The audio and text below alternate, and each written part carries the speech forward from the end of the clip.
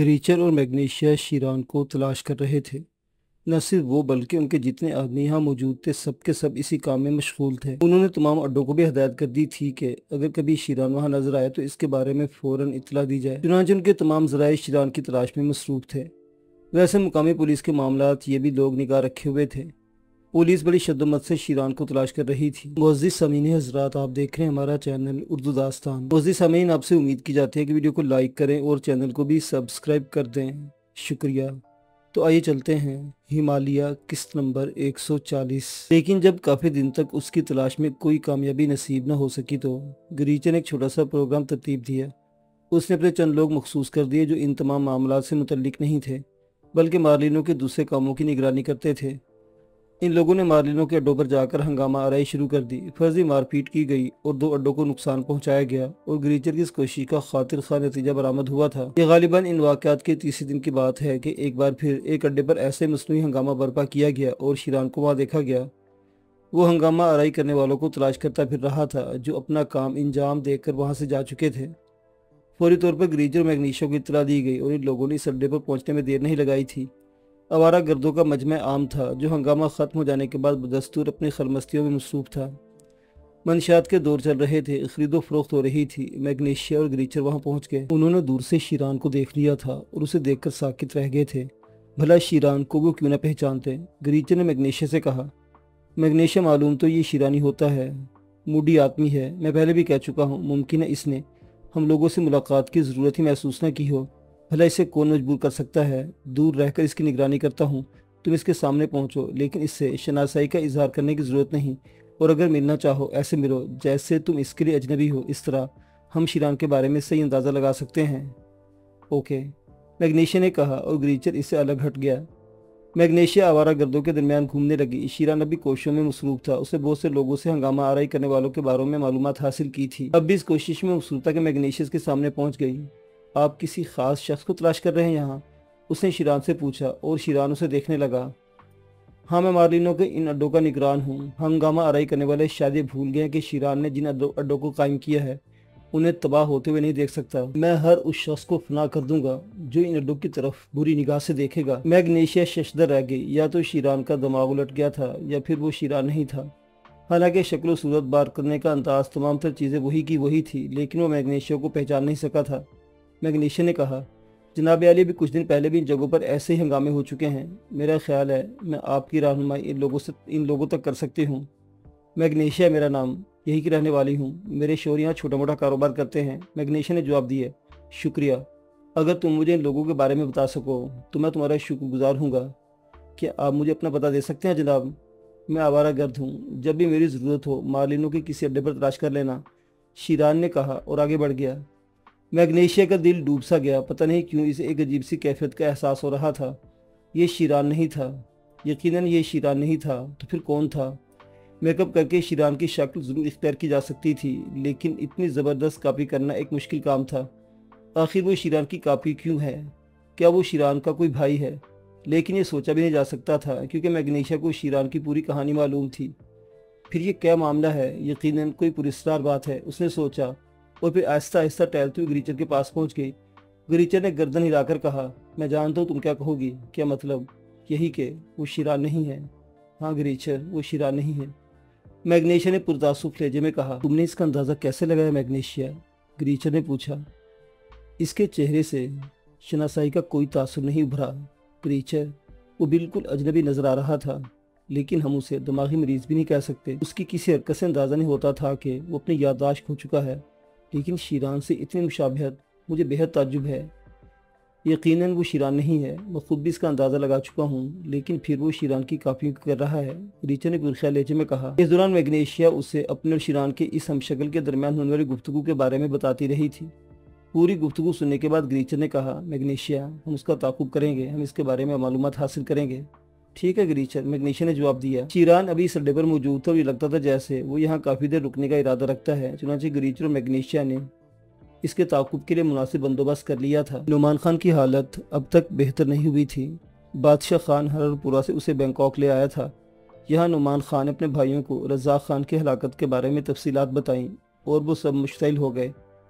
انہوں نے اپنی تمام تفریحات ترک کر دیں اور نعمان خان کے ساتھ مل کر قسم کھائی تھی کہ وہ رزاق خان کے قاتل کو تلاش کریں گے، لیکن وہ محدود تھے اور صحیح بات یہ تھی کہ اب وہ اس قابل بھی نہیں رہے تھے کہ اپنے کسی دشمن سے انتقام لینے کے لیے اپنے آپ کو محدود کر لیں۔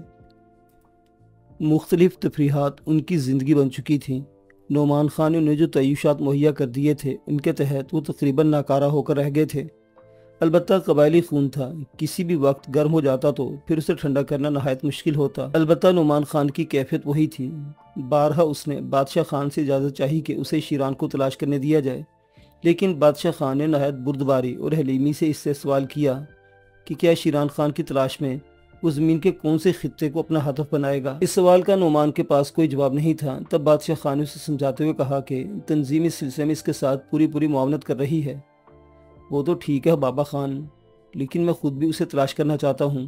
میں چاہتا ہوں کہ اسے تلاش کر کے اس کے بدن پر اتنے داغ لگاؤں کہ کوئی اسے پہچان نہ سکے۔ سب ٹھیک ہے نعمان خان، پہلے اسے مل تو جانے دو۔ میں بھی اس کی تلاش میں مصروف ہوں، میرے بہت سے کارندے اسے تلاش کر رہے ہیں۔ تنظیم نے مجھے ہرن پورہ کا چارج بھی دے دیا ہے۔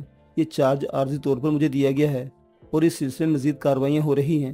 ممکن ہے مجھے یہاں سے ہندوستان منتقل کر دیا جائے، لیکن اس وقت جبکہ یہاں کے لیے تنظیم کو کوئی بہتر آدمی مہیا ہو سکے۔ ہرن پورہ میں میں نے وائرلیس کے ذریعے رابطہ قائم کر رکھا ہے، اور نعمان خان وہاں بھی میرے بیشتر آدمی صرف اسی کام میں مصروف ہیں۔ وہ ہندوستان کے ایک ایک گوشے میں شیران کو تلاش کرتے پھر رہے ہیں۔ اس کے علاوہ بینکاک اور اس کے گرد و نواح میں ہم لوگ شیران کو تلاش کر رہے ہیں۔ وہ کمبخت پتہ نہیں کیا چیز ہے، اس طرح روپوش ہو گیا ہے کہ کہیں اس کا کوئی نشان نہیں مل رہا۔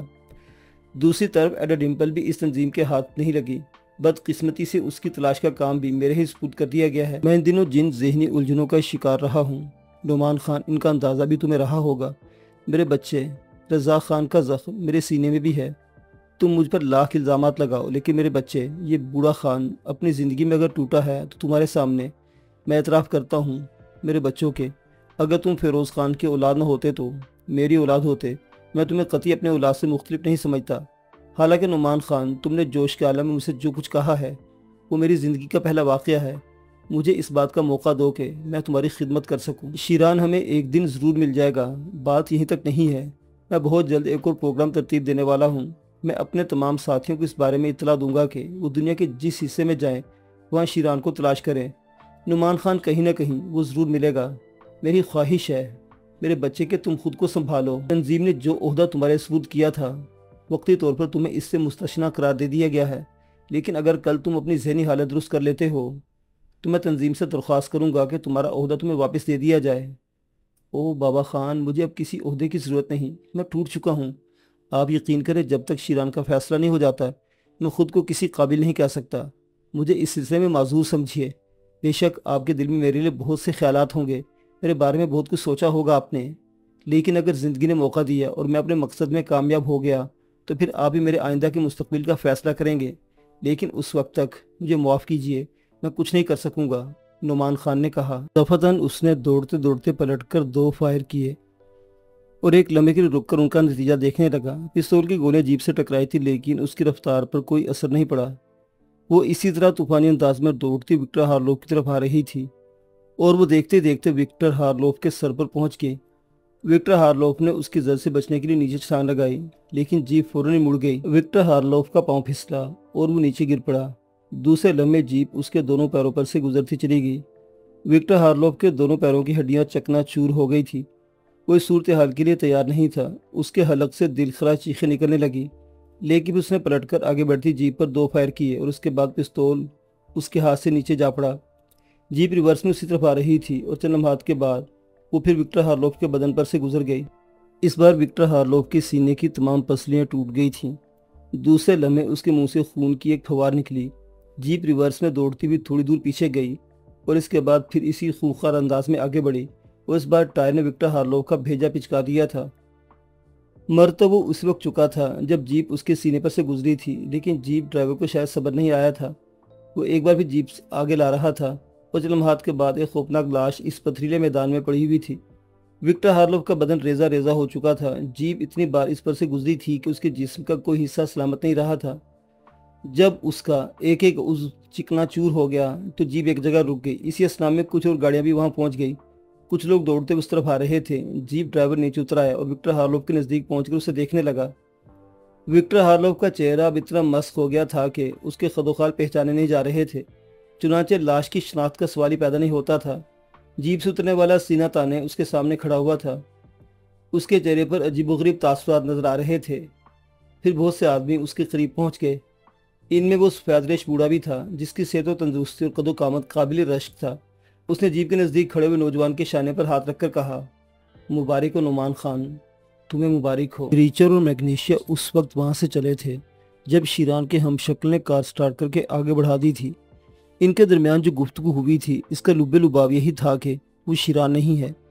मैग्नीशिया ने पूरे वसूख से कहा था कि वो शीरान का हम शक्ल ज़रूर है लेकिन शीरान नहीं है, और इस पर ग्रीचर ने शुबे का इजहार किया था कि मुमकिन है इस शख्स के चेहरे पर शीरान का मेकअप हो। ये बात इंतहाई तजस्सुस का बाइस थी। चुनांचे उन्होंने फैसला कर लिया था कि शीरान के हम शक्ल का ताकुब करके इसके बारे में पूरी मालूमात हासिल की जाएंगी और इसका मकसद मालूम किया जाएगा। ग्रीचर ने कहा, अगर वो शीरान नहीं है जैसा कि तुमने अंदाज़ा लगाया तो फिर शीरान का मेकअप इख्तियार करने की क्या ज़रूरत थी? वो ख़ुद को शीरान क्यों जाहिर करना चाहता है? और अगर वाकई वो शीरान नहीं है तो फिर उसे मार्लिनो के अड्डों से क्या दिलचस्पी है?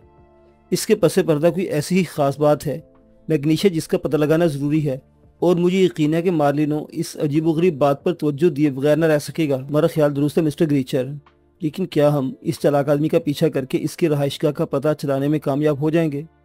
कोशिश करने में कोई हर्ज नहीं मैग्नीशिया, लेकिन इसे नज़रअंदाज नहीं करना किसी तौर पर मुनासिब नहीं। ग्रीचर ने पुरख्याल अंदाज में जवाब दिया और मैग्नीशिया खामोश हो गई। वो लोग बड़ी होशियारी से उसका ताकुब कर रहे थे, लेकिन ज़्यादा फासला तय नहीं हुआ था कि दफातन एक ऐसा वाक़या हुआ जिसकी वजह से उन्हें कार की रफ्तार सुस्त करना पड़ी। चंद गाड़ियाँ सड़क के नशेब से उभरी थी और उन्होंने सड़क रोक ली थी। ग्रीचर चौंक पड़ा। उन्होंने कार फुर्ती से साइड में करके रोक ली और पिस्तौल संभाल कर नीचे उतर आए। क्या ख्याल है, क्या हमारा रास्ता रोकने की कोशिश की जा रही है? मैग्नीशिया ने कहा। शायद मुमकिन है कुछ खतरनाक हालात से साफ क्या पड़ जाए, ग्रीचर ने कहा और इधर उधर देखने लगा। फिर वो सड़क के नशेब में फुर्ती से उतरता चला गया। मैग्नीशिया इसके पीछे दौड़ी थी। ग्रीचर ने इन हालात से बचने के लिए फैसला किया था कि फौरी तौर पर कोई राह फरार इख्तियार की जाए और कोई ऐसी सूरत निकाल ली जाए कि इन लोगों से महफूज रहा जा सके। सड़क के नशेब में पथरीले मैदान फैले हुए थे। इनमें इत्तफाक से कोई टीला वगैरह नहीं था जिसकी वजह से वो कोई आड़ नहीं ले सकते थे। इस वक्त यही बेहतर था कि सड़क से जितनी दूर निकल जाए बेहतर है। चुनांचे वो बर्क रफ्तारी से दौड़ रहे थे, लेकिन मैग्नीशिया ने ग्रीचर को आवाज़ दी और ग्रीचर एक लम्हे के लिए ठिठक कर उसे देखने लगा। क्या बात है? ओ ग्रीचर, देखो देखो वो क्या है? मैग्नीशिया ने मुस्तरबाना अंदाज में कहा और ग्रीचर उसके इशारे की तरफ देखने लगा। फिर उसे भी ठिठकना पड़ा। यहाँ सूरत हाल ज़रा मुख्तलिफ नज़र आ रही थी। सड़क के नशेब में एक जीप इंतहाई बर्क रफ्तारी से नीचे उतरी थी और उससे गोलियां चलाई जा रही थी। थोड़े ही फासले पर कोई शख्स दौड़ रहा था। हौली हौली बात से उन्हें अंदाज़ा लगाने में कोई दिक्कत पेश नहीं आई कि वो शीरान के अलावा और कोई नहीं हो सकता था, यानी वही शख्स जो शीरान का हम शक्ल करार दिया गया था। गोलियों का ज़बरदस्त तबादला हो रहा था। जीप तूफानी अंदाज में आगे बढ़ रही थी। बड़ी अजीब सी पोजीशन थी। उन्होंने सड़क की दूसरी तरफ भी देखा। वहाँ एक बड़ा सा ट्रक सड़क को रोके हुए था। तब उन्हें अंदाज़ा लगाने में कोई दुश्वारी पेश नहीं आई कि दरअसल इन गाड़ियों ने इनका रास्ता नहीं रोका था, बल्कि शीरान के हम शक्ल का रास्ता रोका गया था और अब इन लोगों ने उसे घेरे में ले लिया था। हंगामा जारी रहा और यहाँ से बखूबी वो मंजर देखा जब शीरान के हम शक्ल पर जीप चढ़ा दी गई। वो इस वहशियाना कार्रवाई को देखते रहे। मैग्नीशिया के बदन पर पसीना आ गया था। काफ़ी देर तक वो खूनी ड्रामा जारी रहा और इसके बाद वहाँ बहुत से लोग पहुँच गए। इतने फासले से इनकी शक्लें नहीं देखी जा सकती थी, लेकिन वो पुलिस के आदमी नहीं थे बल्कि आम ही लोग नजर आते थे। इतने आला पैमाने पर उस शख्स के खिलाफ कार्रवाई हुई थी। ग्रीचर ने मैग्नीशिया के शाने पर दबाव देते हुए कहा, यूँ लगता है कि शीरान के दुश्मन उसकी ताक में हो। मुमकिन है शख्स शीरान के धोखे में मारा गया हो। क्या कहा जा सकता है? ओहो, कितनी सरबरियत की गई है। मेरा सर चकरा रहा है ग्रीचर। कैसी बातें कर रही हो मैग्नीशिया, खुद को संभालो। क्या हम लोग इतने नाजुक तबाह हैं कि कत्ल के एक वाक़े से परेशान हो जाएं? ओह, वो जो कुछ भी था, शीरान का हम शक्ल तो था। तुम आज तक शीरान को अपने जहन से निकाल नहीं सकी मैग्नीशिया। उसकी फितरत को नहीं भूल सकी तुम। नहीं ग्रीचर, कुछ भी था, वो हमारा साथी था। मैं प्लीज़ खामोश हो जाओ। हम इस मौजू पर बाद में बातचीत करेंगे। अंदाज़ा ये लगाना कि ये लोग कौन हैं और क्या कर रहे हैं। वो खामोशी से उन्हें देखते रहे। उन्हें अपनी जगह साकित होना पड़ा। ये खतरा भी पैदा हो गया था कि अगर उन्हें देख लिया गया तो फिर इस शख्स के कातिल उन्हें भी हलाक करने की कोशिश करेंगे, क्योंकि वो किसी गवाह को नहीं छोड़ेंगे। लेकिन ऐसा ना हुआ। उन्होंने इस तरफ तवज्जो ही ना दी। वैसे भी फासला काफ़ी था, उन्हें तो शायद दूसरी कार का इल्म भी नहीं होगा जो ग्रीचर मैग्नीशिया की थी। काफ़ी देर तक वो लोग वहाँ रुके रहे और इसके बाद वहाँ से चल पड़े। ट्रक ने अपनी जगह छोड़ दी थी और सीधा चला गया था। इस तरह सड़क का रास्ता रोकने वाली दूसरी गाड़ियाँ भी अपना अपना काम खत्म करने के बाद वहाँ से वापस चली गई थी। फिर जीप भी सड़क पर पहुँच गई और इसके बाद वहाँ सन्नाटा छा गया। इसकी लाश को उठाने की कोशिश नहीं की गई थी। ग्रीचर और मैग्नीशिया खुश्क होंठों पर जुबान फेरने लगे। इस असना में 2-3 गाड़ियाँ और गुजर गई। ये गाड़ियाँ अड्डे की समझ से आई थी और उन्हें इस खूनी वाक़ये की इत्तला भी नहीं थी। कातिलों ने जो कार्रवाई की थी नहायत इत्मीनान से की थी और उनकी राह में कोई मुज़ाहमत नहीं हुई थी। चंद लम्हात के बाद ग्रीचर ने कहा, आओ हम भी वापस चलें। सड़क से गुजरने वालों को तो इस वाक़ये की भिनक भी नहीं मिली है। वापस चलें? मैग्नीशिया ने अजीब से अंदाज में सवाल किया। तो फिर क्या चाहती हो तुम? ग्रीचर, क्या तुम उसे देखने की कोशिश नहीं करोगे? ग्रीचर ने गर्दन हिलाते हुए कहा, फिर बोला, ठीक है, आओ हम उसे देखेंगे। लेकिन मेरा ख्याल है कार वहाँ सड़क तक ले चलो, जहाँ से नीचे उतर कर उस तक पहुँचने में फासला कम होगा। अगर यहाँ से वहाँ जाएंगे तो काफ़ी देर हमें वहाँ पहुँचने में लग जाएगी। मैग्नीशिया ने गर्दन हिला दी। चंद लम्हात के बाद ग्रीचर ने कार स्टार्ट करके आगे बढ़ा दी और फिर उस जगह रोक ली जहाँ से वो निशेब में उतरकर उस इंसानी बदन तक पहुँच सकते थे जो बहुत फासले पर एक धब्बे की मानिंद नजर आ रहा था। ग्रीचर और मैग्नीशिया कार से नीचे उतर आए। काफ़ी फासला तय करने के बाद वो उस जगह पहुँच गए जहाँ चट्टानें और पथरीला मैदान खून से रंगीन था। खून के छींटे फव्वारों की शक्ल में दूर दूर तक गए थे और यहाँ जो लाश नजर आई उसे देखकर उनके आसाब वाकई जवाब देने लगे। लाश की हड्डियां तक जमीन से चिपक गई थी। पूरा बदन लोथड़ों में तब्दील कर दिया गया था। इन लोगों ने अपनी आंखों से होलनाक मंजर देखा था। जीप बार बार उसके बदन पर से गुजरी थी। किसी इंसान को इससे कब्ल इतने वहशना अंदाज में कत्ल नहीं किया गया होगा। इसके बदन का कोई उज़्व सलामत नहीं था। गालिबन उसका पूरा बदन रेजा रेजा हो गया था और अब इस लाश को समेटना भी नहीं जा सकता था सिवाय इसके गोश्त के लोथड़ों को गठरी बनाकर यहाँ से ले जाया जाए। मैग्नीशिया ने ग्रीचर का बाजू पकड़ लिया। ग्रीचर खुद भी अपने बदन में हल्की सी लर्जिश महसूस कर रहा था। फिर उसने गहरी सांस लेकर कहा, आओ मैग्नीशिया, अब क्या किया जा सकता है? मैग्नीशिया लड़खड़ाते कदमों से आगे बढ़ गए और फिर बाकी का रास्ता उन्होंने बिल्कुल खामोशी से तय किया। बहुत बुरी हालत थी दोनों की। मैग्नीशिया ख़ास तौर से इसलिए ज़्यादा परेशान थी कि वो शीरान का हम शक्ल था। बार बार उसके जहन में लातादाद ख्यालात आ रहे थे। वो सोच रही थी कि मुमकिन है शीरान का ज़हनी तवाज़ुन दुरुस्त ना रहा हो, मुमकिन है वो अपनी यादाश्त खो बैठा हो और मैग्नीशिया को पहचान न सका हो। लेकिन ग्रीचर का एतराज़ भी दुरुस्त था। उसका कहना था कि अगर शीरान अपनी यादाश्त भी खो बैठा है तो फिर उस लड्डू की हिफाजत की जिम्मेदारी क्यों संभाली? ये तो उसका काम था। बहर सूरत बात बहुत उलझी हुई थी। वो अपनी रहाइशगाह पहुंच गए। मैग्नीशिया ने ग्रीचर से कहा, ग्रीचर, मेरा ख्याल इस वाक़ये की इत्तला मार्लिनो को देना ज़रूरी है। कम अज़ कम मार्लिनो को सूरत हाल का अंदाज़ा तो हो ही जाएगा। कोई हर्ज नहीं है इसमें। मिस्टर मार्लिनो से बात कर लो। तुम भी आओ, मैग्नीशिया ने कहा और थोड़ी देर के बाद वो मार्लिनो से राब्ता कायम करने लगे। मैग्नीशिया अपने असाब को लाख संभाल रही थी लेकिन वो गैर मुतमईन थी। मार्लिनो के लिए अहम काम अंजाम देती थी और खासी सख्त दिल थी, लेकिन शीरान, इसकी मौत का तस्वुर बेहद तकलीफ दे था। बस इस जज्बे का कोई नाम नहीं था। वो एक पागल दीवाना वहशी जिसकी निगाह में किसी की इज्जत नहीं थी। वो ज़िंदगी को हकीर समझता था। मैग्नीशिया की भी उसने तौहीन की थी, लेकिन इसकी मौत, क्या वो मर गया? क्या वो वाकई मर गया? मार्लिनो से राब्ता कायम होने में देर नहीं लगी थी। मैग्नीशिया ने दूसरी तरफ से मार्लिनो की आवाज़ सुनी। मैग्नीशिया बोल रही हूँ जनाब। हाँ मैग्नीशिया कहो, मैं तुम्हारी कॉल का इंतज़ार कर रहा था। बड़े परेशान कुन हालात हैं जनाब। मैंने आपको शीरान के बारे में इत्तला दी थी। हम लोग मुसलसल इससे राब्ता कायम करने की कोशिश में मसरूफ़ थे, लेकिन अंदाज़ा हुआ कि वो शीरान नहीं था बल्कि उसका कोई हम शक्ल था। इस अंदाजे की बुनियाद मैं खुद उसके सामने गई थी जनाब, लेकिन इसकी आंखों में मेरे लिए शनासाई के आसार तक नहीं थे। वो हूबहू शीरान था, लेकिन कोई ऐसी बात ज़रूर थी जिससे वो शीरान नहीं लगता था। अब क्या पोजीशन है? जो इत्तला मैं आपको देने वाली हूँ वो बेहद होलनाक है। शीरान के हम शक्ल को बड़ी बेदर्दी से कत्ल कर दिया गया है। कातिलों ने इतनी दरिंदगी से उसे हलाक किया है कि इसकी मिसाल मुश्किल है। ओह मैग्नीशिया, बहुत परेशान कुन इत्तला है। तुम्हें पूरा यकीन है कि वो शीरान नहीं था? लेकिन अर्ज़ क्या करूँ जनाब, मैं शदीद उलझन का शिकार हूँ। बस उसके अंदाज में मेरे लिए शनासाई नहीं थी, वरना बाकी हूबहू वो शीरान था। मैं कोई अपनी बात नहीं कह सकती जनाब। इस वक्त भी हमें आपकी ज़रूरत महसूस हो रही है। मैं पहुँच रहा हूँ मैग्नीशिया, मेरा इंतज़ार करो। मार्लिनो की आवाज़ में शदीद इज़्तिराब था। चंद रस्मी जुमलों के बाद मार्लिनो से सिलसिला मुनक़ते कर दिया। मैग्नीशिया ने ग्रीचर की तरफ देखा। ग्रीचर खुद भी गुफ्तगू सुन चुका था। दोनों के चेहरे परेशानी की तस्वीर बने हुए थे। बादशाह खान और नोमान खान मुसर्रत से दीवाने हो रहे थे। उनके चेहरे खुशी से चमक रहे थे। वो अपनी रहाइशगाह पर वापस आ गए। दोनों ही खिले पड़ रहे थे। نعمان خان اپنے بھائیوں کو سینے سے لگا لگا کر کہہ رہا تھا، میرے بھائیوں، میں نے اپنی بہنوں کا انتقام لے لیا ہے۔ افسوس رہا تو صرف ایک کہ میں شیران کی لاش کو ترابزان نہ لے جا سکا۔ بابا خان، بالآخر ہم اپنے مشن میں کامیاب ہو گئے، ہمارا دشمن فنا ہو گیا۔ میری دلی خواہش ہے کہ میں اپنے قبیلے واپس جاؤں، تہمانہ میں جشن مناؤں، پہاڑوں میں منادی کرا دوں کہ بہزاد سلامن کے بیٹے شیران سلامن کو کتے کی موت مار دیا گیا ہے، بلکہ کتا بھی شاید اتنی بدتر حالت میں سڑک پر دم نہ توڑتا ہو جس طرح اس نے دم توڑا۔ تم ٹھیک کہتے ہو نعمان خان، میرے دل میں بھی یہی آرزو ہے، لیکن ابھی ہمارے حالات اس کی اجازت نہیں دیتے کہ ہم اپنے علاقے میں واپس جائیں۔ البتہ اگر تمہاری خواہش ہے میرے بیٹے تو تمہیں کچھ عرصے کے بعد تمہیں اپنے قبیلے میں ضرور لے جاؤں گا، اور وہاں پھر ہم جشن منائیں گے۔ صرف تہمانہ میں ہی نہیں بلکہ تمام قبائل میں جشن منائے جائیں گے، اور جس قبیلے نے اس جشن میں شرکت نہ کی اس کے سردار کو سزا دی جائے گی۔ یہ حکم عام ہوگا کہ شیران کی موت کا جشن منایا جائے۔ ٹھیک ہے بابا خان، اب میں آپ کی کسی بات سے انحراف نہیں کروں گا۔